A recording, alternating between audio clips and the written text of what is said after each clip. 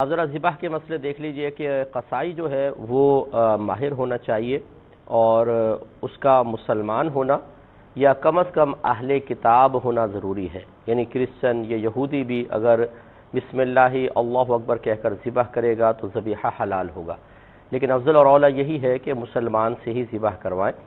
ہاں، اس مسلمان کا باوضو ہونا باغسل ہونا کوئی ضروری نہیں ہے. اگر وہ بالفرض کوئی حالت جنابت میں بھی ذبح کر دیتا ہے، جانور ذبح ہو جائے گا. جانور کے حلال ہونے سے یا ذبح کے صحیح ہونے سے طہارت کا کوئی تعلق نہیں ہے یا ناپاکی اس راہ میں رکاوٹ نہیں ہے.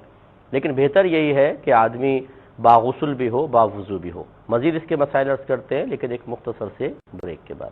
خدمت میں عرض کر رہے تھے کہ قصائی کا مسلمان ہونا افضل اور اولیٰ ہے. بہت بہتر ہے کہ وہ با طہارت ہو، یعنی غسل بھی اس کا مکمل ہو اور اس نے وضو بھی کیا ہوا ہو.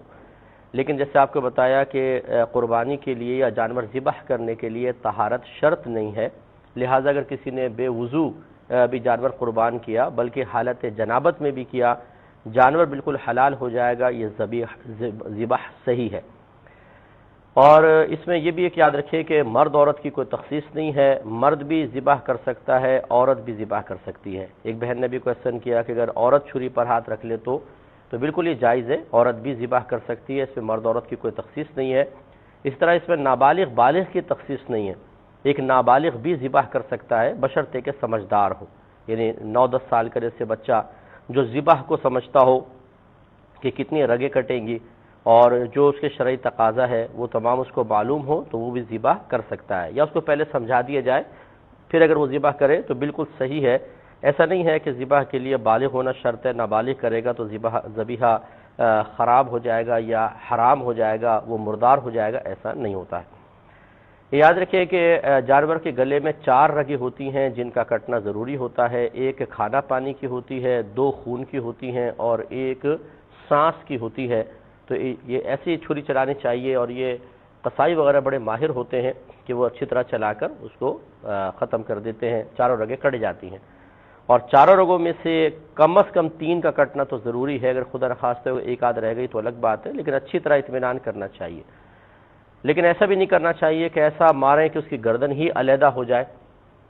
ذبیحہ تب بھی ہو جائے گا، قربانی صحیح ہے، لیکن ایسا کرنا مکروہ ہے. تو اس لیے ایک لمٹ تک لے کر جائیں، لیکن اس اطمینان کے ساتھ کہ 4 رگیں کٹ جائیں. اور کاٹتے ہوئے اب اس کا طریقہ میں تھوڑا سا عرض کر دیتا ہوں کہ جانور کو اس طرح گرائیے اس کے الٹے پہلو پر، اگر پاسبل ہو تو الٹے پہلو پر گرائیں اور اس کا چہرہ جو ہے کعبۃ اللہ کی طرف کر دیں. اگر اس رخ پر ایسے رخ پر ہے کہ آپ گرائے سیدھی جانب ہو جائے تب بھی ٹھیک ہے کہ اس کا چہرہ آپ کعبۃ اللہ کی طرف کر دیں. ویسے بائیں پہلو پر اگر گرائیں تو زیادہ بہتر ہوتا ہے. اور اس کے بعد پہلے سے جانور کو آپ نے قربانی سے ذبح سے پہلے آپ اسے چارہ وغیرہ دیں، پانی وغیرہ دیں. بھوکا پیاسا ذبح نہیں کرنا چاہیے. اور ایک جانور کو دوسرے جانور کے سامنے ذبح نہ کریں، اس سے جانوروں کو وحشت ہوتی ہے، تکلیف ہوتی ہے. اس لیے قربانی کے جانور کو تکلیف دینا منع ہے اور ایک دوسرے کے سامنے ذبح کرنا منع کیا گیا ہے. چنانچہ اب اس کو کھانا پانی دے کر پھر اس کو اس طرح گرائیں. پاؤں کتنے لوگوں نے پکڑے، دم کس نے پکڑی، یہ الگ مسئلہ ہے، ان کا کوئی پرابلم نہیں ہے. لیکن جن لوگوں کے ہاتھ چھری پر ہیں، جیسے بعض اوقات قصائی تو کاٹتے کاٹتا ہے، جو قربانی کر رہا ہے جو شخص وہ تھوڑا سا گھبراتا ہے اور اسے اتنی عادت نہیں ہوتی بڑا جانور کاٹنے کی خاص طور پر، تو وہ قصائی کہتا ہے جی آپ بھی چھری پہ ہاتھ رکھ لیں. تو جن 2 افراد کا ہاتھ چھری پر ہے ان دونوں پر تکبیر پڑھنا فرض ہے. یعنی بسم اللہ اللہ اکبر یہ دونوں اتنی آواز سے پڑھیں کہ اپنے کان کم از کم سن لیں. اگر دونوں کے ہاتھ چھری پر تھے اور قصائی نے سوچا کہ جی مالک نے پڑھ لی مجھے کیا ضرورت ہے، یا مالک نے سوچا قصائی نے پڑھ لی یہی کافی ہے، تو یاد رکھیں کہ جن کے ہاتھ چھری پر تھے ان میں سے ایک شخص بھی جان بوجھ کر بسم اللہ اللہ اکبر نہ پڑھے تو وہ جانور مردار ہو جائے گا. فقہ حنفی کی روشنی میں یہی ہے کہ جس نے ذبح کرتے وقت جان بوجھ کر اللہ تعالیٰ کا نام ذکر نہ کیا، یا اس طرح کی کوئی مصلحت تھی کہ چلیں جی اس نے پڑھ لیا میں کیا کروں گا، یا پڑھائی نہیں یاد تھا لیکن جان بوجھ کے نہیں پڑھا، دونوں صورتوں میں وہ جانور مردار ہو جائے گا. اس لیے اتنی آواز سے پڑھنا ضروری ہے، اتنی آواز سے تکبیر کہنا ضروری ہے کہ آپ کے اپنے کان اپنی آواز کو سن لیں. لیکن جیسے میں نے آپ کو بتایا کہ جتنے لوگوں نے پاؤں پکڑے ہوئے ہیں یا دم پکڑی ہوئی ہے، سب پہ یہ تکبیر لگانا لازم نہیں. جو فعل ذبح میں شریک ہیں ان دو کا یا ایک آدمی ہے تو ایک کا بسم اللہ اللہ اکبر با آواز بلند کہنا ضروری ہوتا ہے. تو تیز چھری سے کرے، ایسا نہیں کہ بھونٹی چھری ہو تھوڑا سا کاٹ دے اور پھر بیچارے کو تکلیف ہو، اچھی طرح تیز کر کے پھر ذبح کریں اور چاروں رگیں کٹ جائیں، اس کا اطمینان کریں. اس کے بعد ذرا جانور کی روح نکل جانے دیں. بعض اوقات قصائیوں کو جلدی ہوتی ہے، بھی جانور ہل رہا ہوتا ہے اور وہ کاٹنا شروع کر دیتے ہیں، خصوصاً بکروں میں. تو ایسا نہیں کرنا چاہیے، تھوڑا سا ویٹ کریں تاکہ اس کی روح مکمل طور پہ نکل جائے. اس کے بعد کھال کاٹنا شروع فرمائیں. بعض لوگ اونٹ بھی ذبح کرتے ہیں. ویسے تو اونٹ میں نحر ہوتا ہے، یعنی اس طرح کہ اس کو کھڑا کر دیں، پھر اس کا ایک سیدھا گھٹنا جو ہے اس سے رسی باندھ کر نیچے ایک پائے وغیرہ کے ساتھ باندھ دے تاکہ وہ ہل نہ سکے.